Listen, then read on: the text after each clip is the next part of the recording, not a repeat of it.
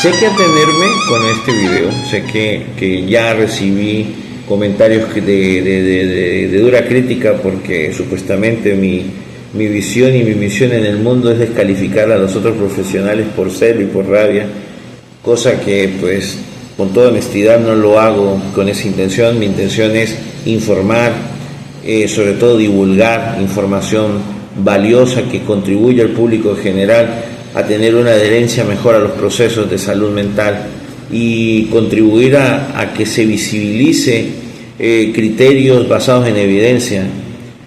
Entonces, ¿qué critico? Pues todo lo que veo, lo que está en tendencia desinformativa, todos estos charlatanes motivacionistas que usan estas palabras bonitas, esta demagogía para desinformar, pues casualmente es eso lo que voy a hacer. Voy a hablar en contra, no los voy a atacar directamente, sino simplemente voy a esgrimir el argumento que antagoniza eso, que evidencia eso. Y hoy es la oportunidad de todos estos profesionales, que muchos están calificados, que todos están acreditados, en la palabra, por una universidad, por un ente gubernamental para ejercer la terapia, pero eso no significa que sus creencias no influyan, sobre todo sus disonancias cognitivas, su cámara de eco, donde solamente sus creencias tienen valor. Y en el caso de las artes aplicadas a la terapia se tiene que tener muchísimo cuidado. Quiero dejar claro de que hay evidencia, sobre todo de la musicoterapia, de la arteterapia, de la risoterapia, con una muy buena estructura, con un profesional que tenga no solamente un conocimiento en el arte específicamente, sino que tenga también un complemento, posiblemente una maestría que le capacite para poder aplicarle en un proceso terapéutico o acompañando a un psicoterapeuta como tal. Primero, de que estos se han evidenciado que reduce por lo menos los síntomas de ansiedad, del dolor, sobre todo cuando se usa como herramienta paliativa en los tratamientos de cáncer, o por ejemplo como una estructura adicional a la terapia y a la farmacoterapia en los procesos de salud mental o en la gerontología específicamente también, y en el caso de los niños en el desarrollo infantil. Pero ¿por qué no cualquiera debería de ejercer ni la arteterapia, ni la musicoterapia, ni la risoterapia? Porque se requieren de unas estrategias adecuadas para poder estructurar una pedagogía, porque los profesionales que se deben de capacitar en esto, pues deben de tener una matriz de conocimiento a qué se enfrentan. Porque imagínate que yo hago un chiste de lo que no debo de hacer un chiste. A veces la risa pudiera ser contraindicativa en un proceso en específico, por ejemplo en cardiología o en inmunología, o es que son tantos los factores que no los puedo individualizar, y ese es el gran conflicto de cuando veo todos estos montones de profesionales hablando como si esto fuera el método, la panacea, el aceite de serpiente. Han encontrado en la musicoterapia o en la arteterapia o en la risoterapia o en la cantidad de, porque es que son incontables, hasta pasando por el mindfulness, la meditación y no sé qué, como que encontraron el secreto y que todo es genérico, porque es que casualmente esta gente que vende aceite de serpiente transforma todo en la solución perfecta. No. Por ejemplo, una persona que hace arte, risoterapia, musicoterapia, para un adulto muy difícilmente sea el mismo campo para trabajar con un niño. ¿Saben? Tienen que ser, hay procesos y hay perceptibles, hay percepciones de la realidad muy distintas entre un paciente oncológico y un paciente geriátrico.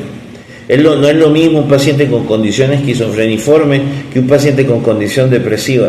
Y te aseguro que una persona que esté sometida a un chiste incómodo, a la música incómoda, cuando se está atravesando una crisis de depresión, puede ser más negativa que positiva. Entonces tenemos que dejar claro de que sí hay una evidencia científica en que alivia. Por ejemplo, se evidenció mucho es que se me fue el nombre, creo que es payasos, algo así, tenían que ver con esta historia de Payada, que estos se evidenció a través de una evaluación, de un artículo, de una experimentación o un proceso, un análisis real de la reducción de la ingesta de analgésicos. Sí es verdad de que hay unos beneficios, pero se tienen que estructurar, se tienen que formar unos criterios de abordaje, una pedagogía, tener un conocimiento de unos factores contingentes.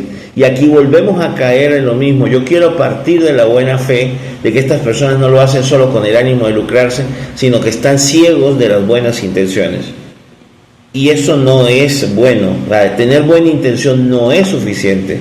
Se tiene que tener mucho cuidado en la forma en que se aplican los conocimientos. Ahora, yo por lo general no soy una persona que va a hablar de meditaciones, de condiciones de este tipo, porque no es mi campo, pero sí puedo recomendarlas.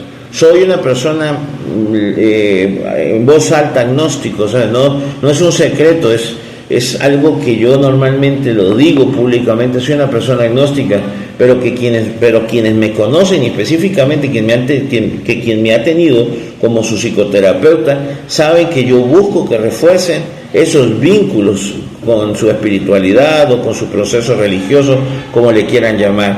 Pero tengo que dejar claro, lo único que sí les dejo como una pauta es que nunca esos procesos accesorios van a sustituir el modelo de abordaje terapéutico.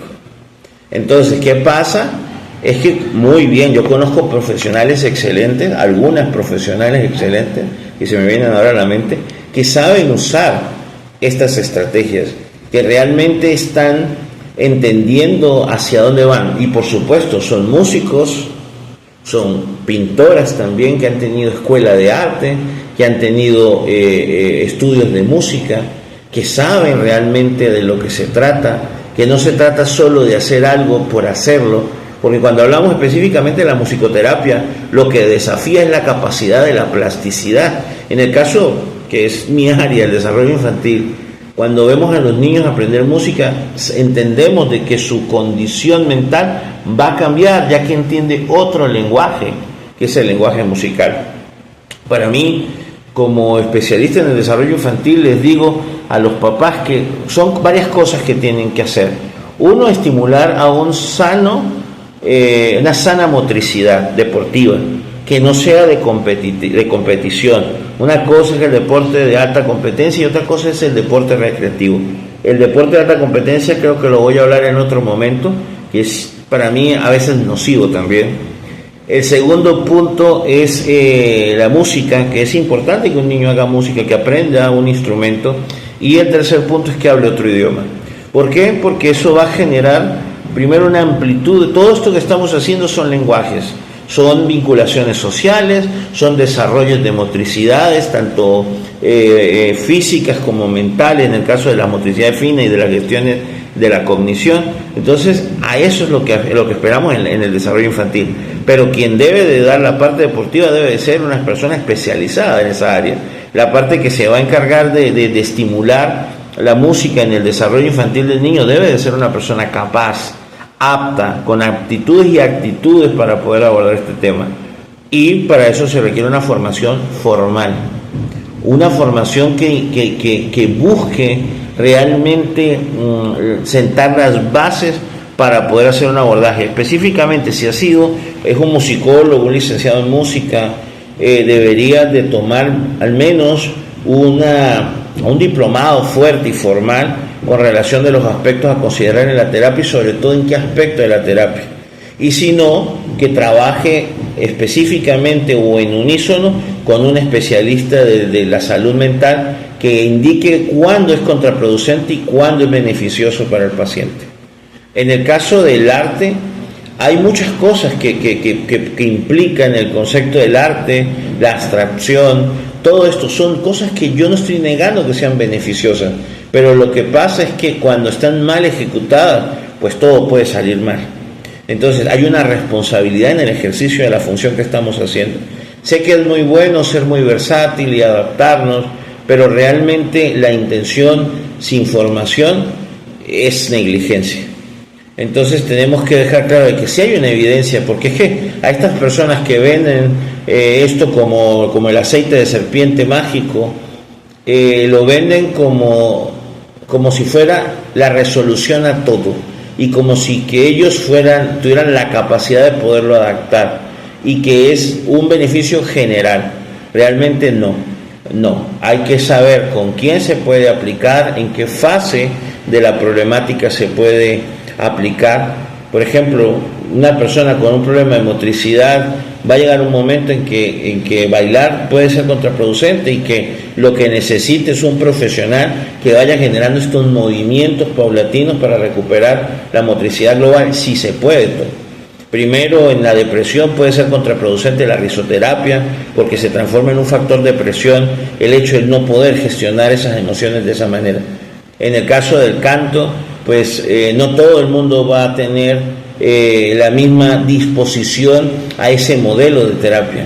Entonces, sí hay una evidencia que respalda que es beneficiosa, pero no por sí misma, que no es un modelo de abordaje, que carece de toda estructura de metodología de abordaje en el aspecto de la salud mental, y por supuesto, si lo hablo en otros aspectos, son simplemente herramientas accesorias, y que esas herramientas accesorias deberían darle a un profesional capacitado o capacitada, por supuesto, en eso que va a tratar. Si es música, si es risa, pues tendría que ser actuación, tendría que ser alguien que trabaje la parte de dramaturgia, que entienda cómo es la representación, que cuando funciona un chiste, y por supuesto podrá ser muy bueno en música, en artes plásticas, en artes escénicas, pero si no tienes el componente para unificarlo con la psicoterapia, es peligroso. Entonces, dejar claro de que se puede emplear con ciertas limitaciones, y que cuando se emplea adecuadamente, por supuesto, trae excelentes beneficios.